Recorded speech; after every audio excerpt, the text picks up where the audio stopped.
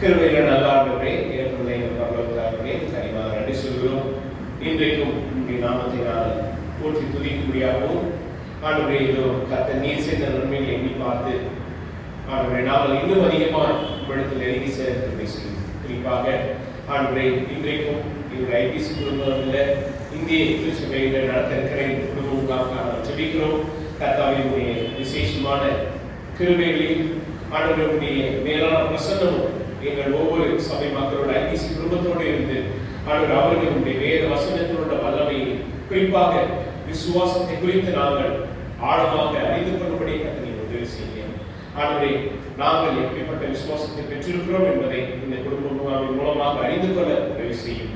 அது மாத்திரமல்ல, எங்களுடைய திருச்சபையை அநேக பலவீனத்தோடு ஆண்டவரே இந்த பலவிதமான சூழ்நிலையில் இருக்கிறார்கள். கர்த்தாவினுடைய அனுக்கிரகம் இருக்கட்டும். ஆண்டவரை தொடர்ந்து அவர்கள் கிறிஸ்துவுக்குள்ளாக பலத்தையும் ஆண்டவருடைய உற்சாகத்தையும் கிருபையை பெற்றுக்கொள்ளும்படியாக செய்யும். இன்றைக்கும் நாம் நேரம் எடுத்து ஆண்டவருடைய வேத வார்த்தைகளை தியானிக்க இருக்கிறோம். கர்த்தாவை நீரே எங்களுக்கு கற்றுத்தாரும், நீரே எங்கள் உணர்வுள்ள இருதயத்தை தாரும்.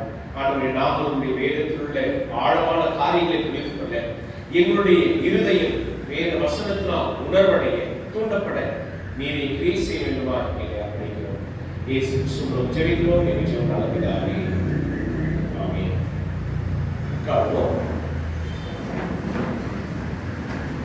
என்னோட கூட யோவான் 3ஆம் அதிகாரத்தை திரும்பி படிக்கிறேன். யோவான் 3ஆம் அதிகாரம்.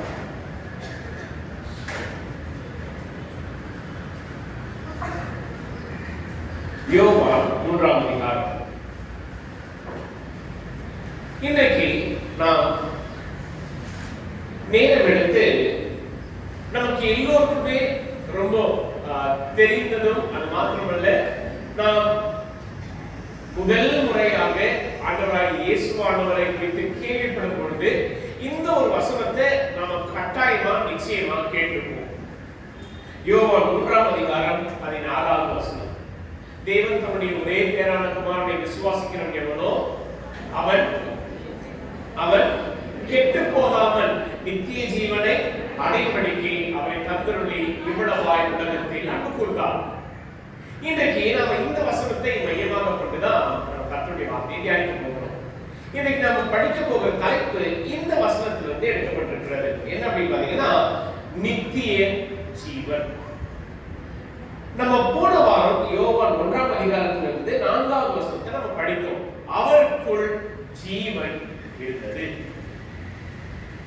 கடந்த வாரத்துல ஆண்டவராகிய இயேசுவானவர் எப்படி இந்த பூமியிலே மனிதனாக வந்து பிறந்தார், அவரிடத்தில் விசேஷமான ஒரு காரியம் என்ன அப்படின்னு பார்க்கும் பொழுது வெளிச்சத்தை குறித்து நம்ம பார்த்தோம்.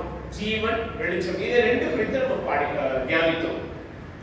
இன்றைக்கு நித்திய ஜீவனை குறித்து நம்ம நேரம் எடுத்து கற்றுக்கொண்டு போகிறோம். பாஸ்டர், நித்திய ஜீவன்னா என்ன? எனக்கு தெரியும். ஆண்டவராகிய இயேசுவானவரை விசுவாசிக்கிறதே நித்திய ஜீவன், நம்பினா நித்திய ஜீவன், இன்னொன்று பரலோகம் தான் நித்திய ஜீவன். நாம் இந்த பூமியில நம்ம வாழ்ற வாழ்க்கை நிலை இல்லாத ஒரு வாழ்க்கை. ஆனா பரலோகத்தில் இருக்கிற வாழ்க்கை அழியாத ஒரு வாழ்க்கை, நித்தியத்துக்கான ஒரு வாழ்க்கை. இங்கே ஆண்டவராகிய இயேசுவானவர் இந்த வார்த்தையை சொல்லும் பொழுது நித்திய ஜீவனை அடையும்படிக்கு என்று சொல்லுகிறார். இன்றைக்கு அநேக கிறிஸ்தவர்கள் என்ன ஒரு நம்பிக்கை இருக்குன்னா, நான் கிறிஸ்தவ குடும்பத்துல பிறந்ததுனால பரலோகத்துக்கு போயிடுவேன், என்னுடைய மூதாதையர்கள் எல்லாரும் கிறிஸ்தவ முறையில வாழ்ந்தாங்க, நானும் அதை செஞ்ச நான் பரலோகத்துக்கு போயிடுவேன். இன்றைக்கு அநேகருடைய எண்ணமும் நம்பிக்கையும் இப்படிதான் இருக்கு. நீ என்னப்பா பண்ற? நானா ஓகே, ஒரு கிறிஸ்தவ குடும்பத்தை சேர்ந்தவன், நான் இந்த சபைக்கு போறேன், ஓகே, எனக்கு ஆண்டவர் நித்திய ஜீவன் கொடுத்தாரு. ஆனா உண்மையாகவே நித்திய ஜீவன் என்றால் என்ன? இன்றைக்கு நாம் இதை நல்ல முறையில அறிந்திருப்பது அவசியம். ஏன்னா நம்ம மற்றவர்களிடம் சொல்லும் பொழுது ஆண்டவராகிய இயேசுவை நம்பு, உனக்கு நித்திய ஜீவன் கிடைக்கும், ஆண்டவராகிய இயேசுவானவரை நீ விசுவாசிச்சனா பரலோகத்துல உனக்கு இடம் இருக்கு. நம்ம இதை சொல்றோம், ஓகே, வேத அடிப்படையில் இதுதான் சத்தியம். ஆனா அந்த நித்திய ஜீவனை குறித்து நம்ம எந்த அளவுக்கு அறிந்திருக்கிறோம்? இன்றைக்கும் உங்களுடைய கவனத்தை யோவான் 3ஆம் அதிகாரத்துல ரொம்ப நேர்த்தியாக நாம் நிதானித்து தியானிக்கிறோம். ஓகே, 3ஆம் அதிகாரத்துல இங்க ஆண்டவராகிய இயேசுவானவரை சந்திக்க ஒரு சாதாரண மனிதன் அல்ல, ஒரு கல்விமான். அது மாத்திரமல்ல, அவர் யூதர்களுடைய தலைவர், மத தலைவர். எல்லாவற்றுக்கும் மேலாக அவர் யூத குழுக்களில் இருக்கக்கூடிய ஒரு முக்கியமான ஒரு நபர். அதாவது ஆலோசனை சங்கத்தில் இருக்கக்கூடிய அந்த 70 நபர்ல மிகவும் முக்கியமான ஒரு நபர். அவர் யாருன்னு பாத்தீங்கன்னா நிக்கோதேமு. முதல் வசனத்துல நம்ம வாசிக்கிறோம். இவர் ஆண்டவராகிய இயேசுவானவரை குறித்து கேள்விப்பட்டு அவரை பார்க்க வேண்டும் என்று வருகிறார். ஓகே, இந்த ஒரு பகுதியை நம்ம அநேக முறை படித்திருப்போம், அநேக முறை நம்ம தியானித்திருப்போம். நமக்கு இந்த ஒரு ஸ்டோரி தெரியும். நம்ம பார்க்கிறது என்னன்னா, இந்த ஒரு கதை. ஓகே, இயேசுவானவரை நிக்கோதேமு சந்திக்கிறாரு. அவர் இரவு வேளையில பேசுறாரு. இயேசுவான சொல்ற, நீ மறுபடியும் பிறக்க வேண்டும், அது ஜலத்தினாலும் ஆவியாலும் பிறவிட்டா நீ தேவனுடைய ராஜ்யத்தை காண மாட்டாய். இதெல்லாம் நம்ம படிச்சிருக்கிறோம். ஆனா இதனுடைய செயல்பாடுகளை, இதனுடைய பின்னணியை நாம கவனமாக அறிந்திருக்கிறோம் என்றால் ஆண்டவராகிய இயேசுவானவர் இங்க காண்பிக்கிற இல்ல கற்றுக் கொடுக்கிற இந்த நித்திய ஜீவனை குறித்து அறிந்து கொள்ள முடியும். நம்ம இங்க வாசிக்கிறோம் 16ஆம் வசனத்துல, இந்த நித்திய ஜீவனை எப்படி அடைய முடியும்? ஒரே ஒரு காரியம் தான் இங்க வாசிக்கிறோம். தேவன் தம்முடைய ஒரே பேரான குமாரனை விசுவாசிக்கிறவன் எவனோ. இன்றைக்கு நம்ம படிக்கிற இந்த ஒரு செய்தியோ, நம்ம குடும்பமாக படிக்கிற அந்த செய்தியோ ஒன்றோட ஒன்று இணைந்து இருக்கிறது. விசுவாசம். யார் ஒருவர் கர்த்தராகிய இயேசுவானவரை விசுவாசிக்கிறார்களோ அவர்களுக்கு இந்த நித்திய ஜீவன். சரி, அப்ப இந்த விசுவாசம்ன்றது எதிர விசுவாசம் வைக்கணும்? இயேசுவின் மீது நம்பிக்கையா இருக்கணும் அப்படின்னு நம்ம சொல்றோம். ஆனா இயேசுவானவர் எதை செய்ததனால் அவர் மேல நம்பிக்கை வைக்கிறோம்? அவர் நமக்காக என்ன செய்தார்? என்ன சொல்லுவோம்? அவர் நமக்காக உயிர் கொடுத்தார், நமக்காக ரத்தம் சிந்தினார், நமக்காக பாடுகளை ஏற்றுக்கொண்டார். இது எல்லாத்தையும் நம்ம சொல்லுவோம். ஆனா இங்கே யோவான் 3ஆம் அதிகாரத்துல ஆண்டவராகிய இயேசுவானவர் இந்த நிக்கோதேமுக்கு அழகாக 3 முக்கியமான காரியங்களை கற்றுக் கொடுக்கும்படி இருக்கிறார். வாசிக்க பாருங்க. முதல் வசனம், யூதருக்குள்ளே அதிகாரியான நிக்கோதேமு என்னப்பட்ட பரிசேயன் ஒருவன் இருந்தான். இந்த முதல் வசனத்திலேயே அநேக காரியங்கள் அடங்கியிருக்கு. இவர் யூத குடும்பத்தை சார்ந்த ஒரு மனிதன். இரண்டாவது, இஸ்ரவேலுடைய அதிகாரி. மூன்றாவது, இவர் ஒரு பரிசேயன். பரிசேயன் என்று சொன்னாலே யாரோ ரொம்ப சுலபமா பரிசேயர்கள்ல இருக்க முடியாது. இவங்க 5 ஆகமங்கள்ல கரைச்சு பிடிச்சிருக்கணும். ஆதியாகமம், யாத்ராகமம், என்னாகமம், லேவியராகமம், என்னாகமம், உபாகமம், இந்த 5 ஆகமங்களையும் ரொம்ப நேர்த்தியா தெரிஞ்சிருக்கணும். அடுத்ததாக இஸ்ரவேலுடைய வரலாறை, அதாவது இஸ்ரவேல், யூதா, இதனுடைய வரலாற்றை நல்ல முறையில புரிந்திருக்கணும். மூன்றாவதாக தீர்க்கதரிசிகளை குறித்து நன்றாக அறிந்து வைத்திருக்கணும். எந்தெந்த தீர்க்கதரிசிகள் ஆண்டவருடைய வார்த்தை என்ன சொன்னாங்க அப்படின்றத டோட்டலா கம்ப்ளீட்டா அவங்க தெரிஞ்சிருக்கணும். இதுதான் பரிசேயர்கள் என்று சொல்லும்போது அவங்களுடைய ஸ்தானத்துல அவர்கள் எதிர்பார்க்கிற ஒரு உன்னதமான. இந்த ஒரு மனிதன், இவர் ரொம்ப இளம் வாலிபெல்லாம் கிடையாது. இங்க வாசிக்க பாருங்க 4வது வசனத்துல, அதற்கு நிக்கோதேமு, ஒரு மனுஷன் முதிர் வயதாய் இருக்கையில் எப்படி பிறப்பான்? முதிர் வயது என்று சொல்லும் பொழுது இந்த நிக்கோதேமு என்பவர் வாலிபனோ இல்ல திருமணமான அந்த ஒரு வயதிலேயோ இல்ல, முதிர் வயது. முதிர் வயது என்று சொன்னாலே அனுபவசாலி, கல்விமான், ஞானம் உள்ளவர், எல்லாவற்றையும் நிதானித்து கையாளக்கூடியவர். இன்னும் சொல்ல போனா ஆலோசனை சங்கத்துல இருக்கிறார் அப்படின்னாலே ரொம்ப ரொம்ப ரொம்ப திறமை உள்ளவர்களையும் ஞானம் உள்ளவர்களையும் தான் என்ன பண்ணுவாங்கன்னா சேர்த்து கொள்வார்கள். சோ இந்த நிக்கோதேமும் இப்படிப்பட்ட ஒரு தன்மையை உடையவர் இயேசுவை பத்தி கேள்விப்படுறார். 2வது வசனத்தை வாசிக்கிறோம்ல, அவன் ராக்காலத்திலே இயேசுவினிடத்தில் வந்து, ரபி, நீ தேவனிடத்திலிருந்து வந்த போதகர் என்று அறிந்திருக்கிறோம். ஏனெனில் ஒருவனும் தன்னுடனே தேவன் இராவிட்டால் நீ செய்கிற இப்படிப்பட்ட அற்புதங்களை செய்ய மாட்டான் என்றார். அந்த காலத்துல மாத்திரமில்லை, இன்றைக்கும் பாத்தீங்கன்னா மாணவர்கள் தான் ஆசிரியரை தேடி போவாங்க. ஆசிரியர்கள் என்ன பண்ண மாட்டாங்க, மாணவர்களை தேடி வர மாட்டாங்க. அதுவும் இனம், அதாவது வயதானவர்கள், வயதில் மூத்தவர்கள், அனுபவசாலிகள், அவங்களதான் எல்லோருமே தேடி போய் பார்ப்பாங்க. ஏன்? அவங்க மேல இருக்கிற மதிப்பு, அது மாத்திரமல்ல அவங்க பெற்றிருக்கிற அந்த ஞானம், அவங்களுடைய அனுபவம், இவைகள் எல்லாம் அவர்கள் யார் என்பதை வெளிப்படுத்தும். ஆனா இங்கே இந்த நிக்கோதேமு எவ்வளவு தாழ்மையாக பணிவோடு ஆண்டவராகிய இயேசுவானவரை சந்திக்க போறாங்க. நம்ம இங்க வாசிக்கிறோம், எப்படி கூப்பிடுறாரு ஆண்டவராகிய இயேசுவானவரை? ரபி என்று சொல்கிறார்.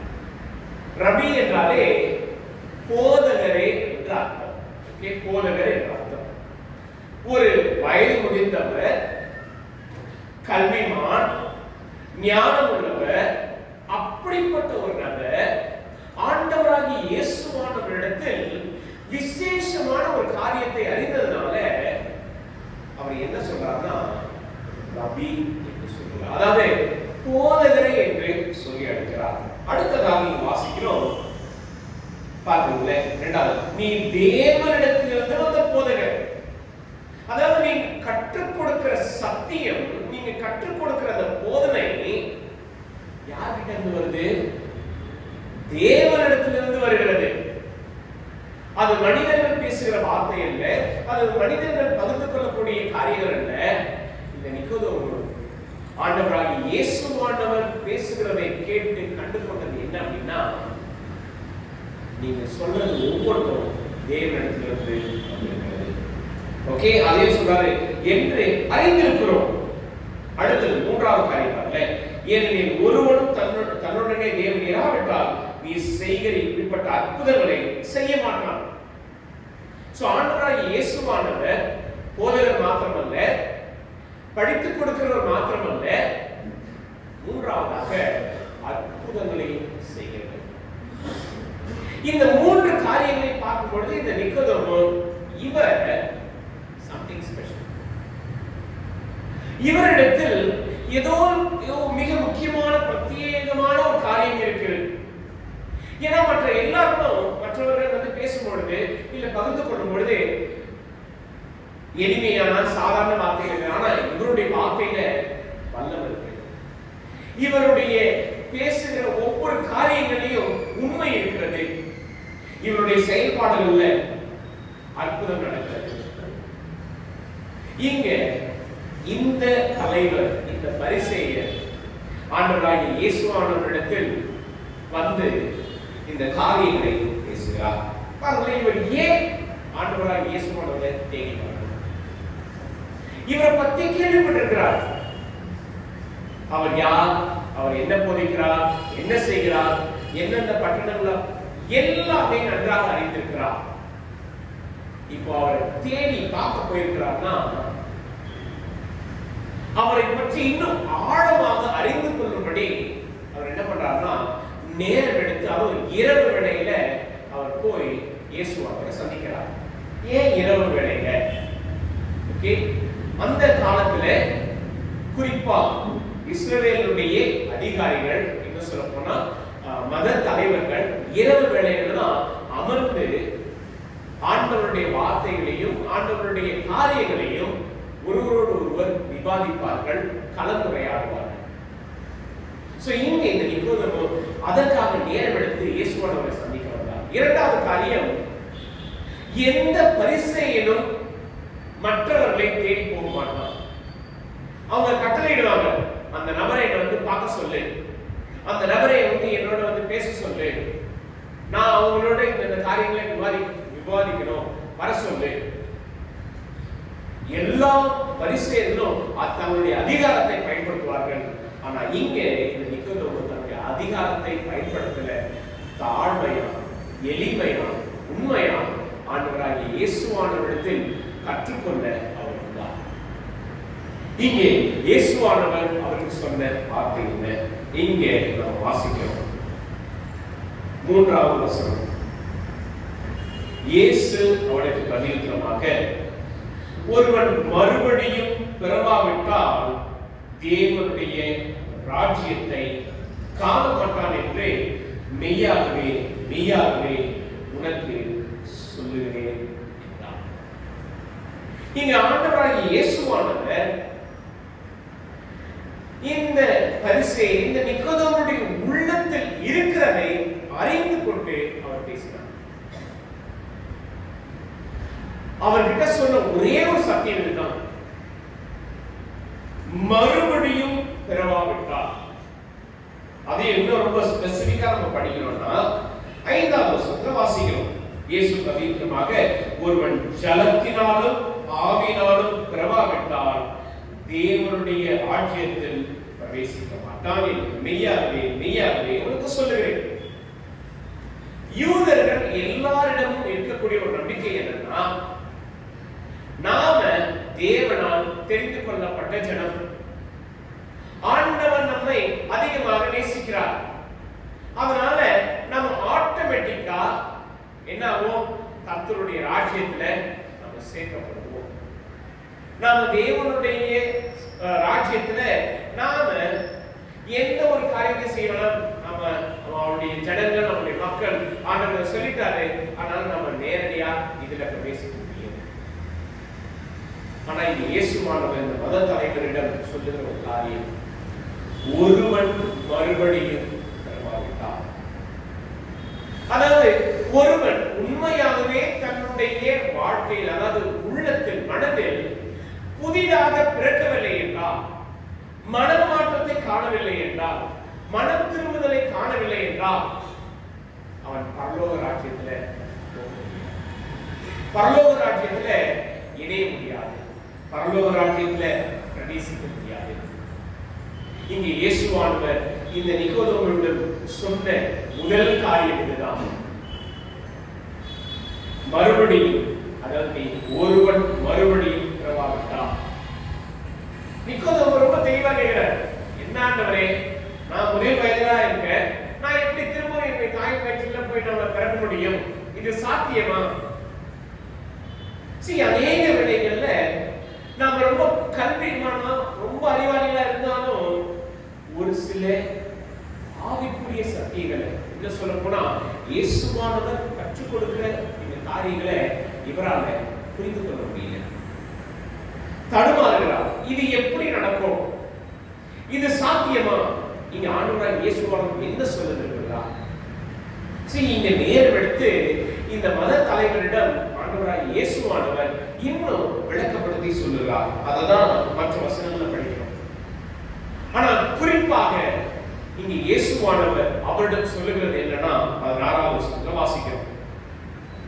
தேவன் தம்முடைய ஒரே பேரான குமாரனை விசுவாசிக்கிறவன் எவனோ அவன் கெட்டு போகாமல் நித்திய ஜீவனை அடையப்படுத்தி. இங்கே ஆண்டவராகிய இயேசுவானவர் நிக்கோதேமுவிடம் சொல்லுகிறது, நான் சொன்ன இந்த வார்த்தைகளை நம்புகிறவன், விசுவாசிக்கிறவன், அவனுக்கு நித்திய ஜீவன் உண்டு. ஆண்டவர் சொன்ன அந்த வார்த்தைகளை விசுவாசிக்கிறவன், ஆண்டவராகிய இயேசுவானவரை விசுவாசிக்கிறவனுக்கு நித்திய ஜீவன் உண்டு. இதுல 3 முக்கியமான காரியங்களை உங்கள் மத்தியில் வைக்கிறேன். 1, ஆண்டவராகிய இயேசுவானவரை விசுவாசிக்கிறவர்களுக்கு நித்திய ஜீவன் உண்டு என்பதை நம்ம படிக்கிறோம்.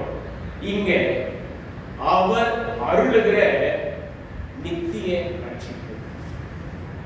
ஆண்டவராகிய இயேசுவானவரை நாம என்றைக்கு விசுவாசிக்கிறோமோ, நம்புகிறோமோ, அதாவது நாம நம்முடைய பாவங்களை உணர்ந்து அறிந்து கர்த்தரிடத்தில் ஒப்பு கொடுத்து மன்னிப்பு கேட்டு மனம் திரும்பி அவரை நம்புகிறோமோ, அன்றைக்கு நித்திய ரட்சிப்பை நாம் பெற்றுக்கொள்கிறோம்.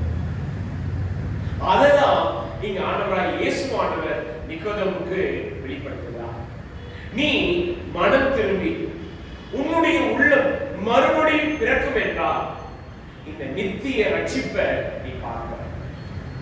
அது எங்கே நீ வாசிக்கிறோம்? இந்த நித்திய ரட்சிப்பினால தேவனுடைய ராஜ்யத்துல பிரவேசிக்க முடியும். இன்றைக்கு அநேக நாம நம்முடைய அறிவுபூர்வமாக ஆண்டவரை அறிந்திருக்கிறோம், தெரிந்திருக்கிறோம் என்று சொல்லுகிறோம். ஆனால் உண்மையாகவே நம்முடைய உள்ளத்தால், நம்முடைய மனதால் கர்த்தராகிய இயேசு கிறிஸ்துவை விசுவாசிக்கிறதுனால் இந்த நித்திய ரட்சிப்பை பெற்றிருக்கிறோம் என்பதை நாம் சிந்திக்க பார்க்கிறோம். சோ இயேசுவானவர் இந்த வார்த்தைகளை நிக்கோதேமுக்கு உண்மையா சொல்ற, நீ மறுபடியும் பிறக்க வேண்டும் என்றால் அந்த வார்த்தையுடைய உட்பொருள் நீ நித்திய ரட்சிப்பை பெற்றுக்கொள்.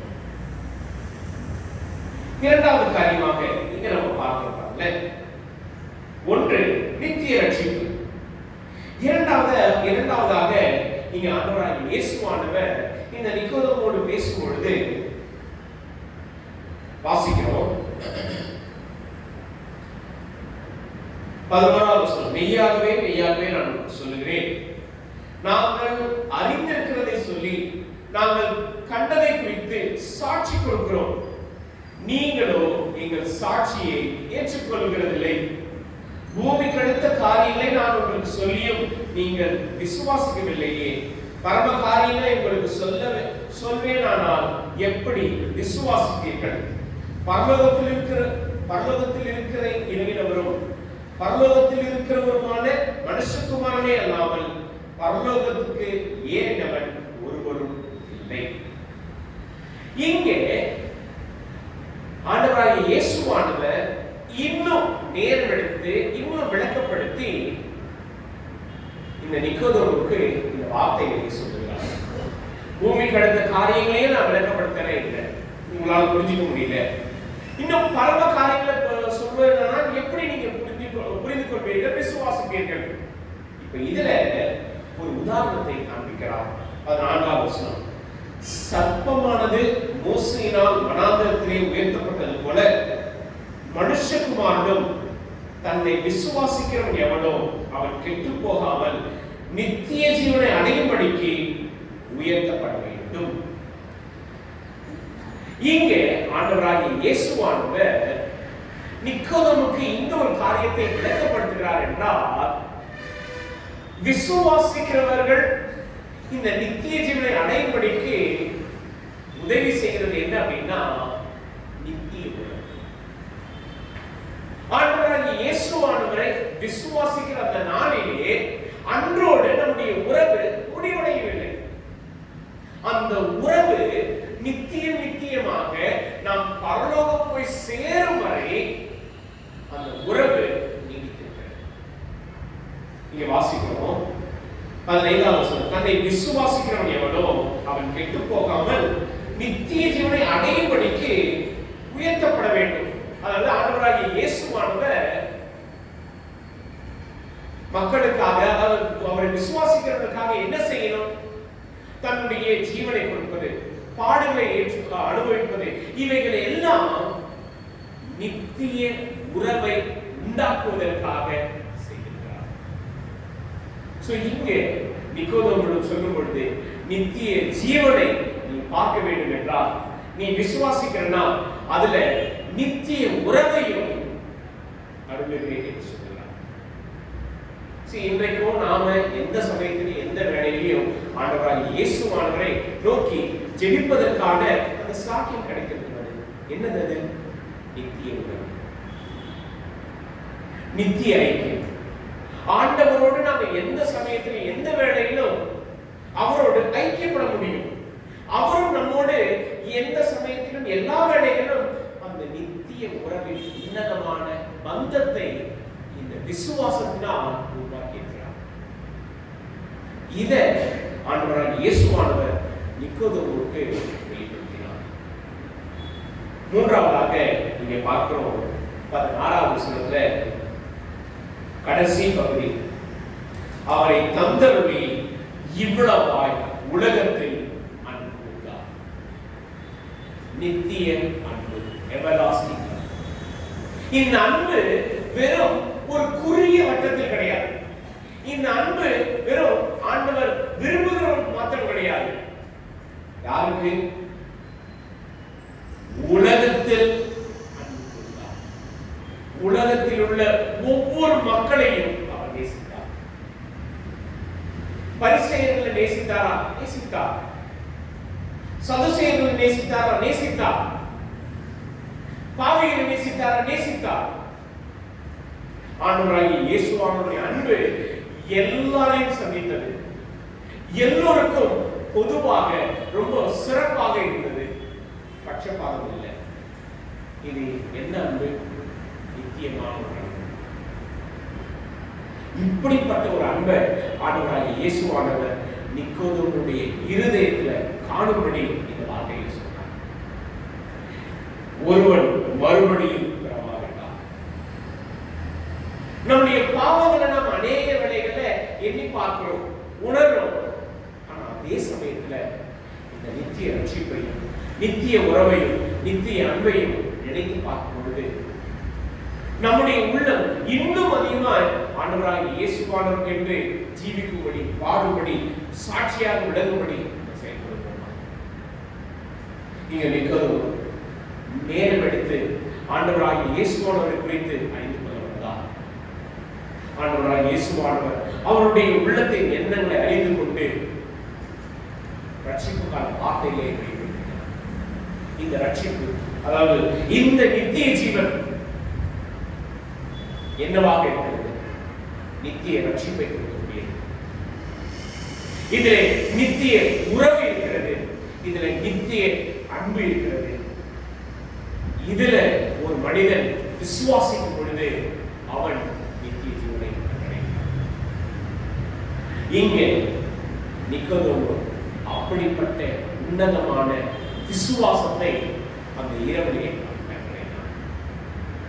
நீங்க நம்ம பார்க்கிறோம். இவர் ஆண்டவரே நான் உங்களை விசுவாசிக்கிறேன்னு சொல்லவே இல்லையே, நான் உங்க மேல உங்களை நம்புறேன், உங்களை விசுவாசிக்கிறதுனால எனக்கு நித்திய ஜீவன் உண்டு என்பதை அறிக்கை செய்யல.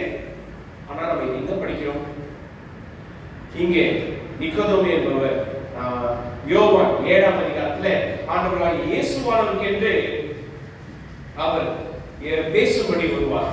ஓகே, யோவான் 7ஆம் அதிகாரம் 51வது வசனம் பாருங்க.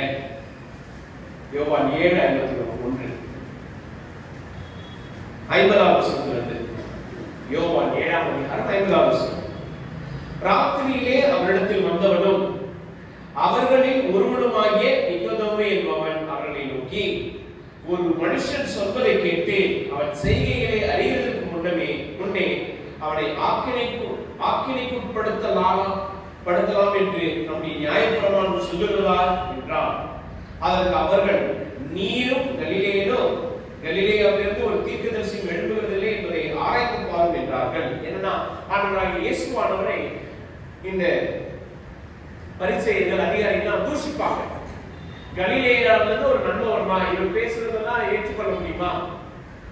அப்போ ஆண்டவராகிய இயேசுவானவருக்கு என்று துணையாக நீங்க பேசுறது யார் பார்த்தீங்கன்னா நிக்கோதேமு. ஒரு மனிதன் சொல்றதுனால அவனுடைய செய்தியை உடனே நீங்க நியாயம் தீர்க்க கூடாது, கேளுங்க, விசாரிங்கன்னு சொல்றாரு. அதே போல யோவான் 19ஆம் அதிகாரம் இங்க ரொம்ப அற்புதமான ஒரு காரியத்தை நம்ம பார்க்கிறோம்.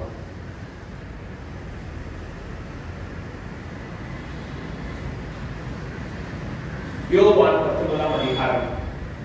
அதாவது நம்ம எல்லாருமே என்ன தெரிஞ்சிருக்கிறோம்? ஆண்டவராகிய இயேசுவானவர் மரித்து, அதாவது பிரத்யேகமா அரிமத்தேயு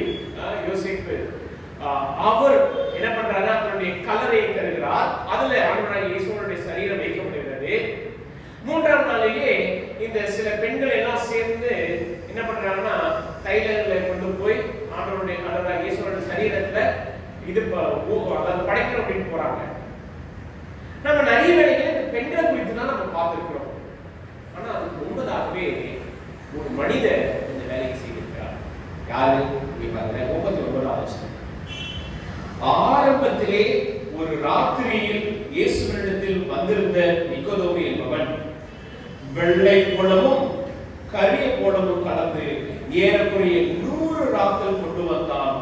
அவர்கள் இயேசுவின் சரீரத்தை எடுத்து யூதர்கள் அடக்கம் பண்ணும் முறைமையின்படியே அதை சுகந்த வர்க்கங்களுடனே சீலைகளில் சுற்றி அந்த பெண்கள் செய்த இந்த நிக்கோதேமு ஆண்டவராகிய இயேசுவானவருக்கு கடைசியாக தன்னுடைய மரியாதையையும் தன்னுடைய மதிப்பையும் செய்கிறார். எவ்வளவு ரொம்ப அற்புதமான ஒரு காரியம் பாருங்க. அதுவும் யோவான் எழுதும்போது ரொம்ப அழகா எழுதுகிறார். ராத்திரியிலே ஆண்டவராகிய இயேசுவானவரை சந்திக்க வந்தவங்க அவர் அதிகாரியா இருந்தாலும் பரிசேயனா இருந்தாலும் அந்த இரவு நிக்கோதேமுடைய வாழ்க்கை மாறினே. அந்த இரவு வேளையில தன்னுடைய வாழ்க்கையில் நித்திய ஜீவனை பெற்றுக்கொண்டார். ஆண்டவராகிய இயேசுவானவர் மீது வைத்திருந்த விசுவாசம், அந்த விசுவாசம் எப்படி உருவாச்சு? ஒன்று, நித்திய ரட்சிப்பு. ஆண்டவராகிய இயேசுவானவர் அருளின அழியாத ரட்சிப்பு, அவர் அருளின நித்திய உறவு, அந்த பந்தம், அவருடைய அழியாத அன்பு, நித்தியமான உறவு. இதனால இந்த மனிதன் தன்னுடைய உள்ளத்துல ஆண்டவராகிய இயேசுவானவரை விசுவாசித்தார். அவருடைய விசுவாசம் எப்படி வெளிப்பட்டது? இங்க வாசிக்கிறோம் 2 பகுதிகளில். யோவான் 7ஆம் அதிகாரத்துல ஆண்டவராகிய இயேசுவானவருக்கு என்று துணையாக நின்று பேசுகிறார். அதே சமயத்துல ஆண்டவராகிய இயேசுவானவருடைய மரணத்துல அவருடைய சரீரத்தை கடைசியாக அடக்கம் பண்ணும் பொழுது தன்னுடைய அன்பையும் தான் பெற்றுக்கொண்ட அந்த நித்திய ரட்சிப்பினுடைய வெளிப்பாட்டை காண்பிக்கிறார். இங்கே நிக்கோதேமு ஆண்டவராகிய இயேசு கிறிஸ்துவை விசுவாசிக்கிறதுனால் நித்திய ஜீவனை பெற்றுக்கொண்டார். இன்றைக்கும் நாம ஆண்டவராகிய இயேசுவானவரை விசுவாசிக்கிறோம் என்றால் நாம நிறைய நேரங்களில் நம்முடைய காரியங்கள் தான் சொல்லுவோம். ஆண்டவர் எனக்கு இந்த காரியத்தை செய்தார், ஆண்டவர் எனக்கு இந்த காரியத்தை நேர்த்தியா நடத்தி கொடுத்தார், அதனால நம்புறேன் விசுவாசிக்கிறேன். ஆண்டவராகிய இயேசுவானவர் இன்றைக்கும் அந்த நித்திய ஜீவனை நமக்கு அருளி செய்திருக்கிறார் என்றால் இதுல நாம மறுபடியும் பிறந்த மனிதர்களாக இருக்கிறோம். நாம உண்மையாகவே ஆண்டவராகிய இயேசுவானவருடைய அந்த நித்திய உறவை வாஞ்சிக்கிறவர்களாக இருக்கிறோம். And of course அவருடைய அன்பை நாம் சிந்திக்கிறோம். இன்றைக்கும் இந்த 3 காரியங்களை நாம் ஆராய்ந்து பார்ப்போம். அநேகர் ஆண்டவருடைய வார்த்தையை கேட்பாங்க, இயேசுவானவர் யாருன்றதை தெரிந்து கொள்வார்கள். பிரச்சனை என்னன்னா நம்ப மாட்டாங்க, விசுவாசிக்க மாட்டாங்க, ஏற்றுக்கொள்ள மாட்டாங்க. அதுதான் ப்ராப்ளம். இங்கே யோவான் 3ஆம் அதிகாரத்தில் நம்ம பார்க்கிறோமே, யோவான் 3. விசுவாசிக்கிறவர்களுக்கு நித்திய ஜீவன் உண்டு, விசுவாசியாதவர்களுக்கு என்ன? ஒரு காரியத்தை நம்ம நல்ல முறையில் புரிந்து கொள்கிறோம். எங்க வாசிக்கிறோம்? 18ஆம் வசனம். அவரை விசுவாசிக்கிறவன் ஆக்கினைக்குள்ளாக தீர்க்கப்படான். யாரெல்லாம் ஆண்டவராகிய இயேசுவானவரை உண்மையாக விசுவாசிக்கிறார்களோ, அதாவது நித்திய ரட்சிப்பை, நித்திய உறவை, நித்திய அன்பை அறிந்து கொண்டு தங்களுடைய உள்ளத்தில் இயேசுவை நம்புகிறார்களோ அவர்களுக்கு ஆக்கினை தீர்ப்பு கிடையாது, நியாய தீர்ப்பு கிடையாது. அவர்கள் ஆண்டவராகிய இயேசு கிறிஸ்துவோடு அவருடைய ராஜ்யத்திலே அவர்கள் நித்தியமாக இருப்பார்கள். ஆனா என்ன பிரச்சனை? 17ஆம் வசனம். உலகத்தை ஆக்கினைக்குள்ளாக தீர்க்கும்படி தேவன் தம்முடைய குமாரனை உலகத்தில் அனுப்பாமல் அவராலே உலகம் ரட்சிக்கப்படுவதற்காகவே அவர் அனுப்பினார். இன்றைக்கு அநேகர் தவறாக புரிந்திருக்கிற ஒரு விஷயம் என்னன்னா, இயேசுவானவரை குறித்து சொல்லும் பொழுது இயேசுவை நம்பினா உனக்கு பரலோக ராஜ்யம், நம்பலன்னா அவனுக்கு ஆக்கினை தீர்ப்பு கொடுக்கிறான் நரகம். ஆண்டவராக இயேசுவானவர் அதை செய்கிறாங்க. இந்த உலகத்தை நியாயம் தீர்க்கவோ இல்லை இந்த உலகத்தை அழிக்கவோ வரவே இல்லை. அவர் வந்தது எல்லோரையும் எல்லோரையும் அவருடைய ராஜ்யத்துல சேர்த்துக் கொள்வதற்காக. ஆனா அநேகர் ஆண்டவராகி இயேசுவானவரை விசுவாசிக்கிறது கிடையாது, நம்புகிறது கிடையாது. என்ன பிரச்சனை? வாசிக்க பாருங்க. இங்கே 19வது வசனம், ஒளியானது உலகத்திலே வந்திருந்தும் மனுஷனுடைய கிரியைகள் பொல்லாதவைகளாய் இருக்கிறபடியினால் அவர்கள் ஒளியை பார்க்கிலும் இருளை விரும்புகிறதே அந்த ஆக்கினை தீர்ப்புக்கு காரணமாக இருக்கிறது. ப்ராப்ளம் இதுதான். நாம ஒளியை பார்க்கிலும் இருளை விரும்புகிறார். இருள் என்று சொல்லும் பொழுது நம்முடைய பாவ கிரியைகள் மீது நாம விருப்பம் உள்ளவர்களாக இருக்கிறோம். அதை செய்வதற்கு நம்முடைய மனமும் சிந்தனையும் என்னாலும் துடித்துக் கொண்டிருக்கிறது. ஏன் வெளிச்சத்துக்கு வரமாட்டோம்? ஏன்னா வெளிச்சத்துக்கு வந்தோம்னா நம்முடைய பாவம், நம்முடைய பாவ கிரியைகள் வெளிப்படும். இன்றைக்கு யாரும் நம்முடைய உள்ளான எண்ணங்களையும் உள்ளான யோசனைகளையும் அறிந்து கொள்ள நம்ம கண்டிப்பா என்ன பண்ண மாட்டோம், விரும்பவே மாட்டோம். யாராவது விரும்புவோமா? நம்முடைய உள்ளத்தின் எண்ணங்கள் யோசனைகள் எப்படி இருக்கு இதை மற்றவங்க தெரிஞ்சுக்கணும் கிடையவே கிடையாது. ஆனா ஆண்டவராகிய இயேசுவானவர் அறிந்திருக்கிறார். அவர் அறிந்திருந்து நம்மை நியாயத்திற்கவோ இல்லை குற்றப்படுத்தவோ இல்லை, அதிலிருந்து மீட்கும்படிதான் நம்மை அவருடைய நித்திய ராஜ்யத்திலே ஒவ்வொருவரையும் அழைக்கிறார். ரட்சிப்பினால, உறவினால, அன்பினால ஆண்டவராகிய இயேசுவானவர் அவருடைய நாமத்தை விசுவாசிக்கிற ஒவ்வொருவருக்கும் இந்த அழைப்பு. எனக்கு அருமையானவர்களே, இன்றைக்கும் நாம் நித்திய ஜீவன் என்று சொல்லும் பொழுது ஆண்டவராகிய இயேசு கிறிஸ்துவின் மீது நம்ம விசுவாசமா இருக்கிறோம். அந்த விசுவாசத்துல இந்த 3 காரியங்கள் இருக்கிறதா அப்படின்றத நம்ம ஆராய்ந்து பார்க்கணும். நித்திய ரட்சிப்பை ஆண்டவராகிய இயேசுவானவர் கொடுத்திருக்கிறார், அதை நம்ம நித்திய உறவை ஆண்டவராகிய இயேசுவானவர் கொடுத்திருக்கிறார், அதை நம்ம விசுவாசிக்கிறோமா? நித்திய அன்பை ஆண்டவராகிய இயேசுவானவர் அன்பித்திருக்கிறார், அதை நம்ம விசுவாசிக்கிறோமா? இப்படி இந்த காரியங்களை விசுவாசிக்கும் என்றால் நாம நித்திய ஜீவனை பெற்றுக்கொள்ளார். நித்திய ஜீவன் நமக்கே சொந்தமாக, நமக்கே உரியதாக இருக்கும். இன்றைக்கும் உங்களுடைய இருதயத்துல, உங்களுடைய வாழ்க்கையில நாம எல்லோருமே சேர்ந்து நின்று தீர்மானிப்போம். ஆண்டவராகிய இயேசுவானவரை நம்புகிறதா, விசுவாசிக்கிறதா நமக்கு நித்திய ஜீவன்.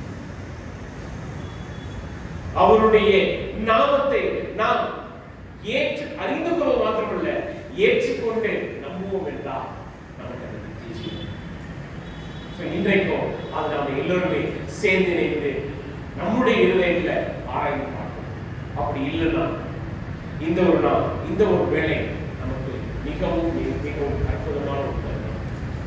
நம்முடைய உள்ளத்துல ஆண்டவராகிய இயேசுவானவரை அவர் அந்த நித்திய ரட்சிப்பினால, அவர் காண்பித்த நித்திய உறவினால, அவர் நமக்கு வெளிப்படுத்தின நித்திய அன்பினால நம்மை ஆராய்ந்து பார்த்து மனம் திரும்பி கர்த்தரிடத்தில் நம்முடைய வாழ்க்கையை அர்ப்பணிப்போம்.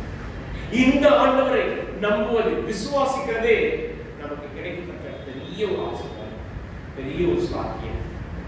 நித்திய ஜீவன் நமக்கே இது ஆண்டவராகிய இயேசுவானவர் அவர் விசுவாசிக்கிறது தருகிறார். இன்றைக்கும் நாம் அப்படிப்பட்ட விசுவாசிகளாக இருப்போம் என்றால் நாம் அந்த நித்திய ஜீவனை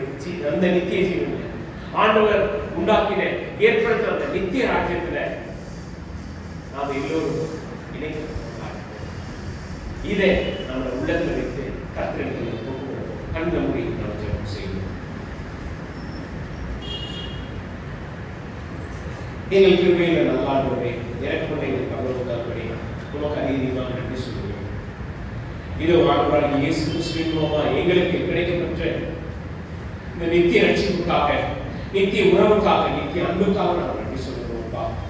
ஆண்டவரே, இதோ பெருமையாக பாவம் நிறைந்த எங்களுடைய வாழ்க்கையில கர்த்தராகிய இயேசுவானவர் எங்களை தேடி வந்து இருளை நீக்கும்படி, பாவ இருளின் வழியிலிருந்து எங்களை விடுவிக்கும்படி அவருடைய அன்பை வெளிப்படுத்தி எங்களுக்கு நித்திய ஜீவனை சுதந்திரமாக கொடுத்திருக்கிறார். அப்படிப்பட்ட அந்த நித்திய ஜீவனிலே நாங்கள் பிரவேசிக்கும்படி கர்த்தராகிய இயேசுவானவரை எங்களுடைய உள்ளத்தில், எங்களுடைய மனதில் ஆண்டவரை முழுமையாக அவரை விசுவாசத்தை ஏற்றுக்கொண்டு அருள் செய்யும். கர்த்தாவே, இதோ எங்களுடைய சொந்த கிரியைகள், எங்களுடைய பாவங்கள் அநேக வேளைகளில் கர்த்தராகிய இயேசுவானவரை நம்பாதபடி தடுக்கிறது. அவருடைய வார்த்தையை விசுவாசியாதபடி அநேக வேளைகளில் எங்களுடைய மனம் உடைந்து போகிறது. கர்த்தாவே, இதோ ஆண்டவராகிய இயேசுவானவர் காண்பித்த அந்த அன்பை நாங்கள் எண்ணி பார்க்க உணர, அதே வேளையில் இந்த நித்திய ஜீவன் என்கிற இந்த உன்னதமான ஆசீர்வாதம் ஆண்டவரே எங்களுக்கே உரியது. எங்களை நேசித்ததினால், எங்கள் மீது அன்பு பாராட்டியதினால் அப்படிப்பட்ட உன்னதமான ஸ்லாக்கியத்தை நாங்கள் பெற்றிருக்கிறோம் என்பதை உணர்ந்து பார்த்து ஆண்டவரே கர்த்தராகிய இயேசு கிறிஸ்துவுக்குள் வளர, நிலைத்திருக்க நீரே அருள் செய்யும். தொடர்ந்து எங்கள் ஒவ்வொருடைய இருதயத்தை கர்த்தர் ஸ்திரப்படுத்தும். இயேசு கிறிஸ்து மூலம் ஜெபிக்கிறோம் என்று நம்புகிறேன்.